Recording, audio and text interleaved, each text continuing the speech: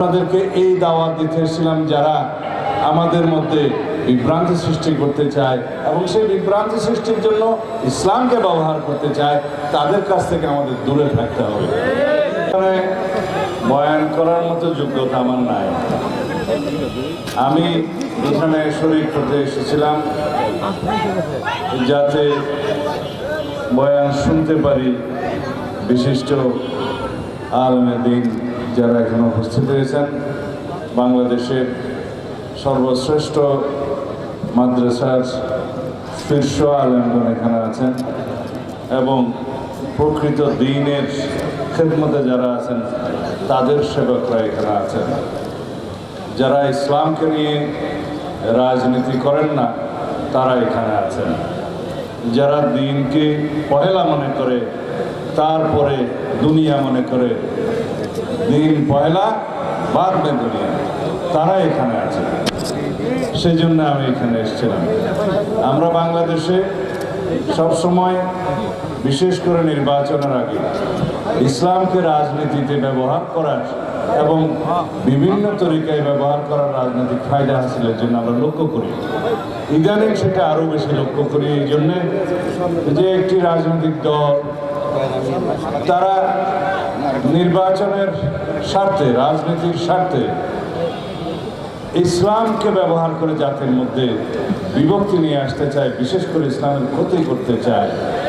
সেই জন্যেই বাংলাদেশে এখন আজমতে সাহাবা সম্মেলন আরও বেশি বেশি হওয়া দরকার। যারা আমরা বাংলাদেশে শতকরা 90 থেকে 92% মানুষ মুসলমান, আমরা মদিনা ইসলামের চর্চা করি, আমরা মদিনা ইসলামে বিশ্বাস করি। রাসূলুল্লাহ সাল্লাল্লাহু আলাইহি ওয়াসাল্লাম যে ইসলামের প্রবর্তন করে গিয়েছেন, সাহাবায়ে কেরাম যে ইসলামের অনুশীলন করে গিয়েছেন, সেই ইসলামের অনুসারী আমরা। এখানে আমরা মওদুদি ইসলামের অনুসারিত নয় কেউ। সুতরাং যারা ফিরকা ফিতনা তৈরি করে বাংলাদেশে মুসলমানদের মধ্যে বিভ্রান্তি সৃষ্টি করতে চায়, তাদের কাছ থেকে আমাদেরকে সাবধান হতে হবে। বাংলাদেশের মুসলমানকে সহি দ্বীনি ইলম অর্জন এবং অনুশীলনের রাস্তা উন্মুক্ত করে দিতে হবে। এই জন্যই আমি এখানে এসেছিলাম, শুনতে এসেছিলাম। এবং বিশেষ করে আপনি এখানে কোনো রাজনীতি নয়। আমি তো পয়লাই বলেছি যে আমাদের হচ্ছে পয়লা দিন বাদ মে দুনিয়া। এই জন্য আমাদেরকে চিন্তা করতে হবে যারা রাজনীতির নামে বিভিন্ন রকমের বক্তব্য দিতে থাকে বিভিন্ন আদর্শের কারণে, সেটা স্বাগতম, কিন্তু ইসলামকে যেন আমরা সেই জায়গায় নিয়ে না যাই যেখানে রাজনৈতিক কারণে আমাদেরকে আমাদের দ্বীনকে ক্ষতিগ্রস্ত করতে পারে। যাই হোক, আজকের এই সম্মেলনে যারা উপস্থিত হয়েছেন, যারা বয়ান করেছেন, যাদের মূল্যবান বক্তব্য আমরা শুনেছি, আপনারা শুনেছেন, সেটা আমাদের জীবনে কাজে লাগুক এবং আমরা ঈমান আকীদার সাথে বাংলাদেশের সকল মুসলমানদেরকে যাতে চলতে পারে এবং ঈমানের সাথে জিন্দেগি, ঈমানের সাথে মৃত্যু পাইতে পারে, সেই ব্যবস্থা যেন আমরা করি এবং আমরা সবাই ঐক্যবদ্ধ থাকি। আমাদেরকে শিক্ষা নিতে হবে, বিগত ফেসিবাদী সরকার, ফেসিস্ট শেখ হাসিনার সরকার বাংলাদেশে ইসলাম বিদ্বেষী সরকার ছিল, তারা মুসলিম বিদ্বেষী সরকার ছিল।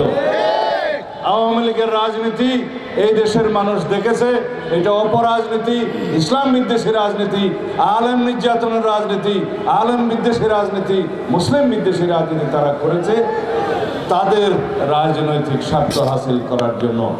আল্লাহর হুকুম কিভাবে তারা বিদায় নিয়েছে, এই দেশে তাদের রাজনীতি কিভাবে সমাপ্ত হয়েছে, আমরা সবাই সাক্ষী, ইতিহাস সাক্ষী।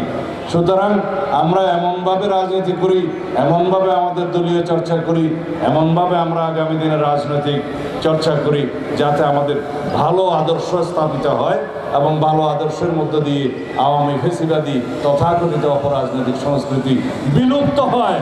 এই জন্যই আমাদেরকে সঠিক পথে রাজনীতি করতে হবে, আদর্শিক রাজনীতি করতে হবে, ভালো রাজনীতির সংস্কৃতির চর্চা করতে হবে, বহাল করতে হবে। তার মধ্য দিয়ে একমাত্র বাংলাদেশে অপরাজনীতি বিদায় হবে, সমূলে বিদায় হবে, আদর্শিক রাজনীতি প্রতিষ্ঠিত হবে ইনশাআল্লাহ। আপনাদের সবাইকে সে আহ্বান জানিয়ে আমি এখানে বক্তব্য শেষ করছি। আসরের নামাজের সময় হয়ে গিয়েছে প্রায়, সেই জন্য এখানে জামাত হবে, আমরা এখানে জামাত অংশগ্রহণ করবো ইনশাআল্লাহ। খোদা হাফেজ, বাংলাদেশ জিন্দাবাদ।